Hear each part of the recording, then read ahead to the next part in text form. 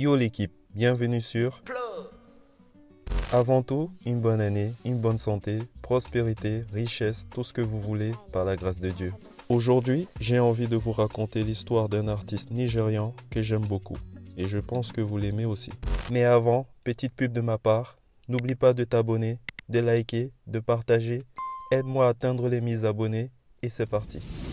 Le 2 juillet 1991, à Port-Harcourt, dans le sud du Nigeria, Damini et Bonoluwa Ogulu voient le jour dans l'anonymat. Fils d'un père travaillant dans l'univers de la soudure et d'une mère traductrice, celui qu'on appelle désormais Burna Boy passe toute la première partie de sa vie dans ce pays d'Afrique. Enfant, il se passionne pour la musique tout en décidant de poursuivre sa scolarité. Mais sa passion pour la musique lui a été transmise par son grand-père Benson Idonije qui dirigeait autrefois le célèbre chanteur nigérian Fela Kuti. Pour les gens qui ne connaissent pas Fela Kuti, c'est le créateur de l'afrobeat.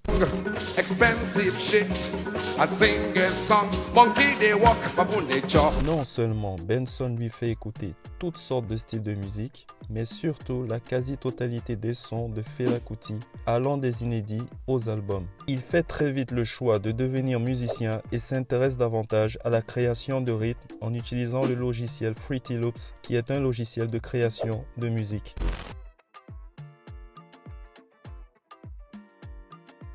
Après avoir obtenu son diplôme, Burna Boy choisit de quitter son pays natal, direction la ville de Londres, afin d'y poursuivre ses études. Dans ses valises, le Nigérian embarque sa passion pour la musique et toutes ses influences. À Londres, il retrouve un ami de longue date, le producteur Larry Q, qui dispose d'un studio. Après avoir sorti quelques mixtapes, il dévoile son premier album live porté par des singles tels que Like to Party, Tonight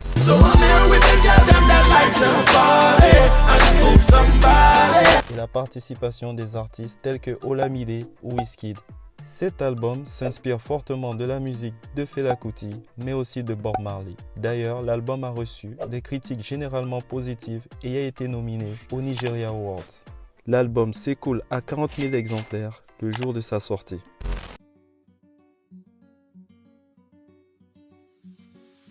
Après désaccord avec sa maison de disques, il décide de créer sa propre structure appelée Spaceship et sort par la même occasion son deuxième album du nom de One Spaceship qui lui aussi est un succès grâce aux thématiques chantées par Burna Boy, à savoir la colonisation, la précarité, le continent africain.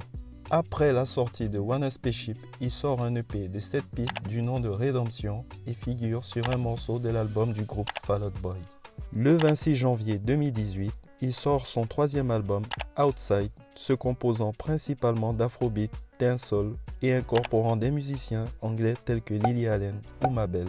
Cependant, le titre More Life fait l'objet d'un sample de la part du rappeur canadien Drake. Drake?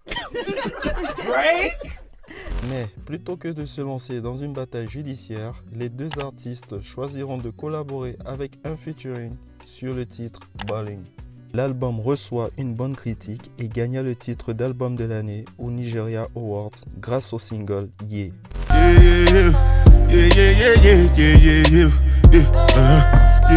2019, il participe au Coachella, remporte d'énormes récompenses telles que l'artiste masculin de l'année et profite de ce succès pour sortir un EP à 4 pistes en collaboration avec DJDS intitulé Still & Cooper. Toujours dans la même année, il remporte de nombreuses récompenses, notamment au BET Award et enregistre un morceau en Yoruba pour l'album The Lion King de Beyoncé.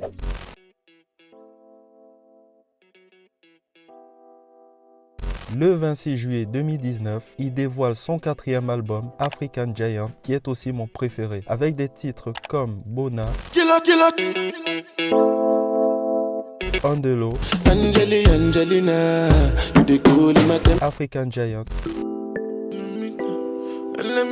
Cet album le propulse au rang de star planétaire.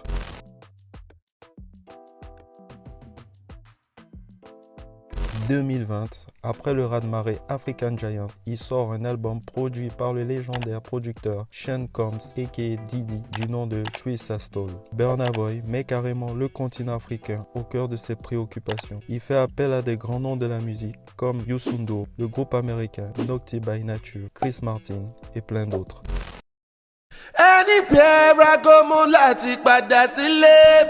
Il en profite pour rendre hommage à Fela Kuti et finit par remporter un Grammy dans la catégorie meilleur album musical mondial.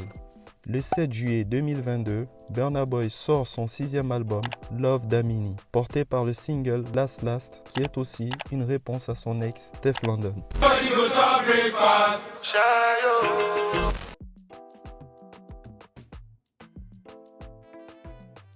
Burna Boy, tout comme Fela Kuti, est un musicien engagé qui profite de sa popularité pour dénoncer la corruption, la répression policière, la pauvreté du continent africain.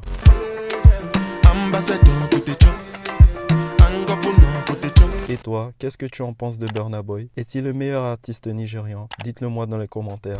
Si tu as apprécié la vidéo, n'oublie pas de me donner de la force en t'abonnant, en likant, en partageant la vidéo. Aide-moi à atteindre des 1000 abonnés. Peace!